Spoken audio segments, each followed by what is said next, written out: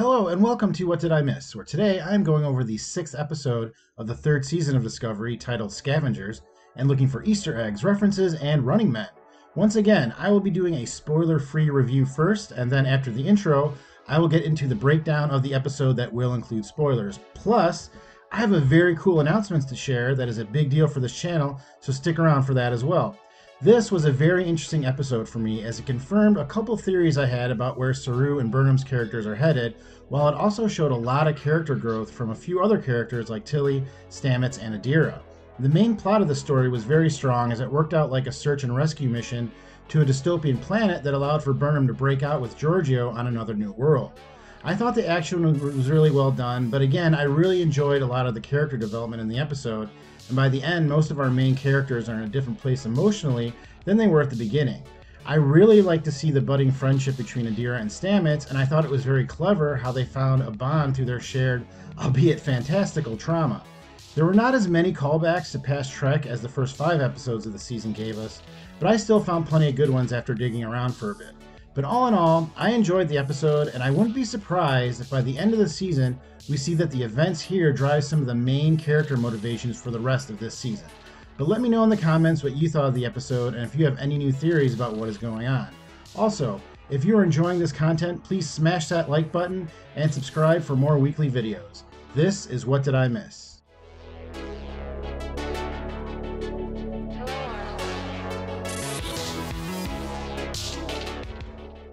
This is your last spoiler warning, so if you don't want the episode spoiled for you, please hit that watch later button, go watch it, and then come right back here. The episode starts with a narration by Captain Saru, letting us know that 3 weeks have passed since the last episode, and in that time, Discovery has been retrofitted with updated technology, which include detached warp nacelles that we have seen other Federation ships in this time have.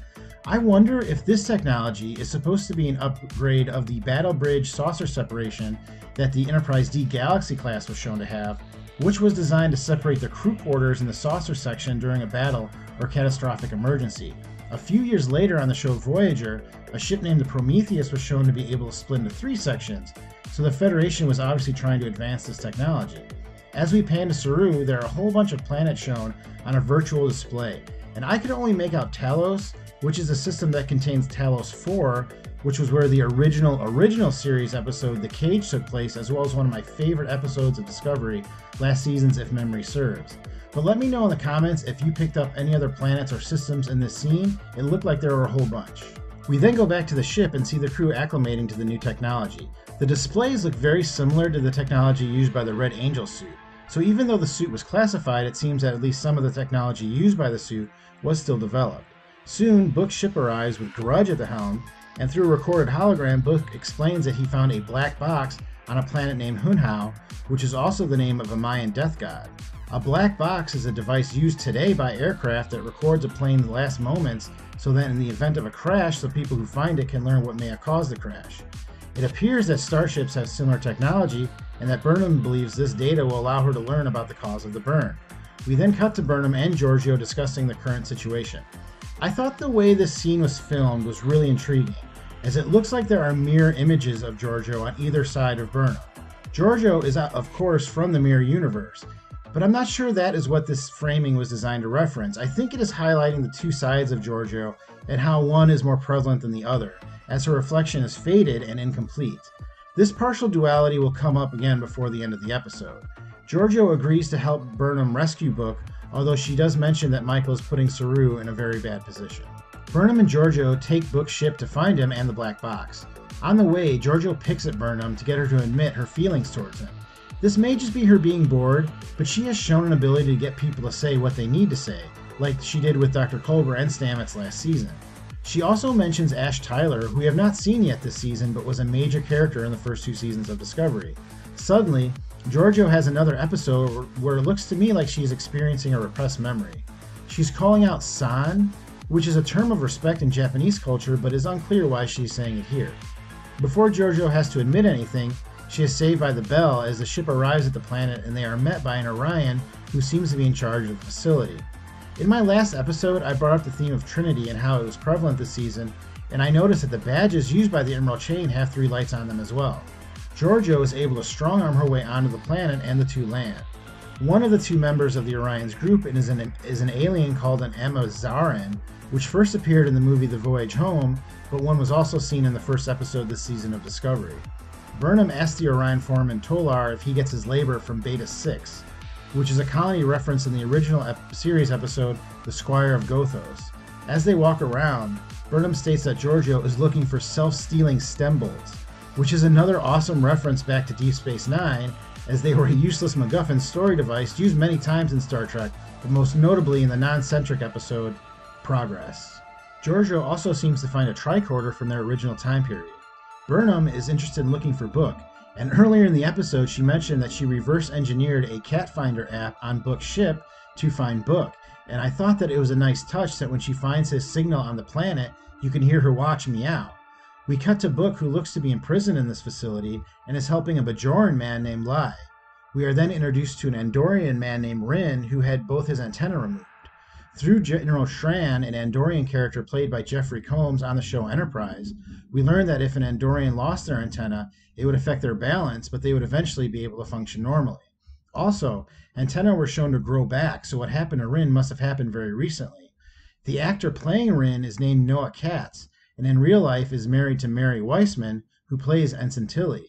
The whole time on this planet, it really reminded me of the Arnold Schwarzenegger movie The Running Man from the 90s. And sure enough, it looks like these poor souls have bombs strapped to their heads just the same as the Stephen King written screenplay. Hey, I'm very happy to share that I have been sponsored by the website TrekSphere. So for the last 4 years, they have been many Star Trek fans' #1 source for news, reviews, and fan-created content, and they continue to grow. I've been a fan for a while now, and I'm very proud to be representing the site alongside people like Kowalski, Jesse Gender, and Triangulum Audio Studios, who are all channels I watch and are creators that I respect. So go check them out and look out for my content being featured on the site soon. And if you are enjoying this video here, please hit that like button so maybe they'll keep me around for a while. Thank you very much. We then cut to Adira and Stamets, and it looks like the upgrades that Discovery received were also applied to the Spore Drive. Because of these advances, Stamets no longer has to connect himself directly to the Spore Drive, which would seem to be the first step in removing him from being the only person able to use it, which was a story thread started last episode. We also see Tilly working on the Spore Drive with her crewmates. It really looks like Tilly has matured a great deal in the past year, and at this point, I would not be surprised if she were promoted to lieutenant in the near future. While discussing Burnham's choice to leave the ship with Saru, Saru mentions to Tilly how he feels similar now about Burnham to how he did in the first season, which was something I thought I noticed last episode and mentioned it then in my breakdown. Saru then informs the Admiral what Burnham has done, but states that it does not reflect the intentions of the crew. Admiral Vance mentions to Lieutenant Willa that a newly returning ship should clear out all personnel before doing a Barian sweep, which was a process shown in the Next Generation episode Starship Mine, and is designed to eliminate barium particles from a ship, which accumulate on ships that travel at high warp for long periods of time. The Admiral tells Saru to be ready to jump as their talks with the Emerald Chain have broken down. On the planet, Book leads the revolt as the prisoners attempt to escape the facility. Calling back to the Running Man reference, the female voice that warns of the perimeter door opening to me sounds exactly like the one used in the movie The Running Man. In fact, someone yells, "Get to the ship," right before we hear her, which may be a callback to the famous Arnold Schwarzenegger line, "Get to the choppa," from the movie The Predator. Deactivated. Perimeter deactivated. All right! Let's go! Get to the ship! Unauthorized perimeter door access. On Book's ship, Giorgio and Burnham are fighting to gain control of the perimeter defenses, and Giorgio once again collapses. She is able to regroup in time to save Burnham and drop the electronic fence. Rin gets shot trying to save Book, and just as it looks like they have lost, Book's ship comes through and clears the battlefield. On the way out, Giorgio destroys the salvage ships, which look to be repurposed Federation vessels. Giorgio's line, "Salvage this," immediately made me think of that line Worf said to the Borg during the movie First Contact.